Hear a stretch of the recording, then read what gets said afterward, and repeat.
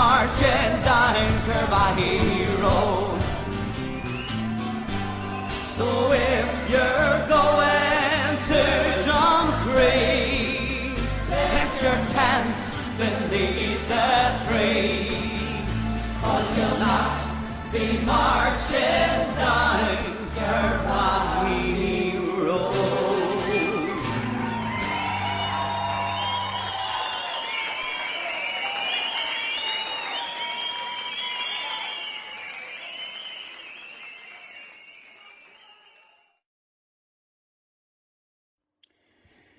Welcome back, folks. Okay, well, that's the draw being made for the qualifier for the Champions League now. It's the last two ties that we need to play to get into the big stage, the group stages. Obviously, that's where we want to be. The shortfall of that being is if we were to be tossed out, we would get into the Europa League, but it'd be a £20 million reverse in revenue. So obviously we want to go into the Champions League. The team we were drawn against is a team from Kazakhstan, Shakhtar Karaganda, I think that's how you pronounce it. The dates for the game are Tuesday, August the 20th for the away game in Kazakhstan, so get your mankinis out. The home game is being played on Wednesday, August the 28th. Tickets go on sale 9 AM this Saturday, and they're priced at £20 for adults, £10 concessions, under 13s are a fiver. Obviously you can purchase your tickets through the usual local Celtic outlets, etc. A wee bit background on Shakhtar Karaganda.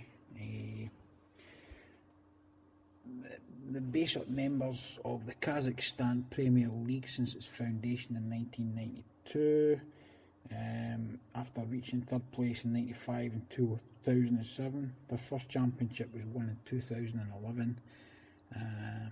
Before this, they were one of the leading Kazakh teams in the football of the Soviet Union. Obviously, any team for the Soviet Union has to be treated with a bit of respect. Obviously, they're no big guns, and I think it's even more dangerous if we don't actually know anything about them. So I think we should take this game very seriously, and I'm sure Neil and the guys will take it very seriously. I'm just trying to see if there's anything else worth mentioning about them. They won their Premier League twice, 2011 and 12. They won the Super Cup in 2013, and they won the Soviet First League in 1962. Whatever that is. But anyway, I mean, obviously, treat them with respect, and hopefully we'll get through this one and into the Champions League where the money is. In other news, you've got the Dublin decider this Saturday. You can catch that in the new BT Sports or on Celtic TV, which is against Liverpool.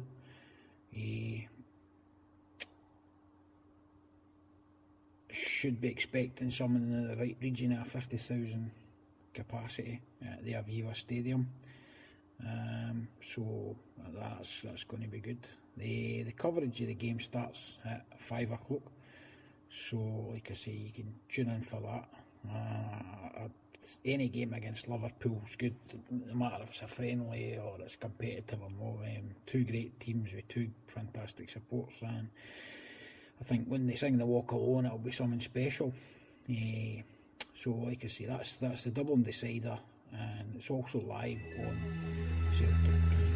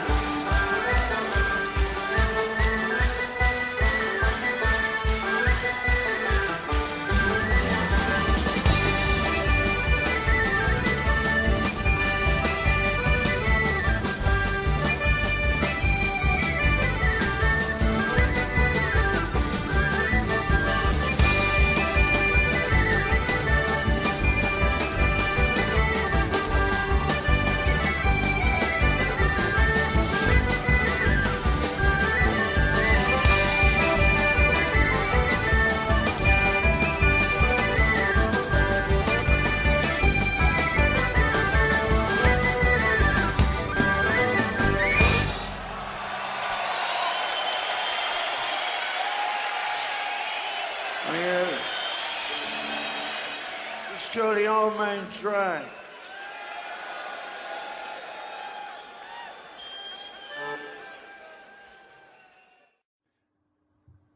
Okay, folks, so the next thing I want to talk about is the closure section 111 at Celtic Park that was announced by the club earlier in the week on Monday there. It's a tough one, eh? I mean, I've always been an advocate of the Green Brigade, always will be. What they bring to the game, atmosphere-wise, the tifos, just basically everything has been fantastic. The only thing that I've ever had a problem with, like most people, was probably the pyro and obviously vandalism in seats, but I know, I'm pretty sure this is not intentional. It's caused by the lateral movement, which is understandable. If you've got a seat there and you're doing all that, it's going to be damaged, but it's accidental. But I'm reading a lot of stuff on the internet for guys who are actually in the Green Brigade, etc., and what they've said. A lot of it's kind of been blown out of proportion. Whether it's been forced upon Celtic to do that or no, I don't know. To paint them in a worse vein than they really are.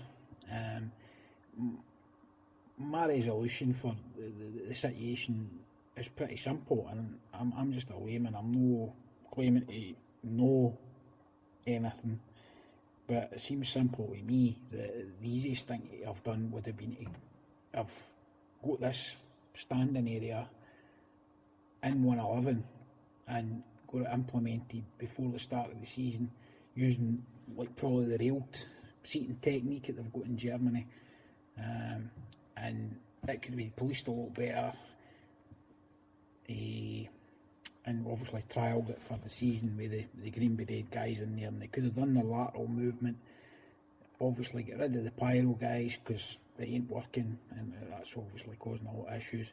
And you know, I think what's happened wouldn't have happened basically, but okay, it's happened now. The club's made the decision, the section's been shut, obviously they're going to be in discussions.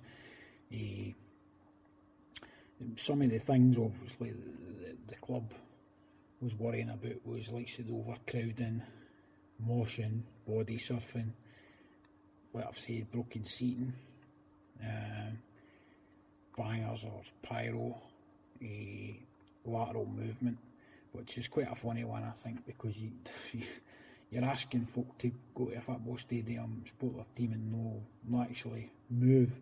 So I didn't get that one myself personally.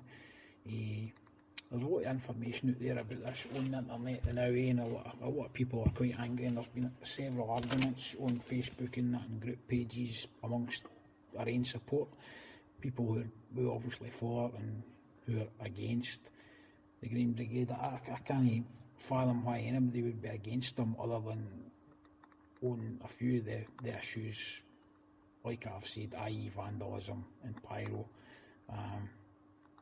Other than that, not got a problem with most clubs in Europe, if you look at their fan bases and their ultra or so-called ultra groups, if you want to call them that, they all have a closer liaison with the actual clubs.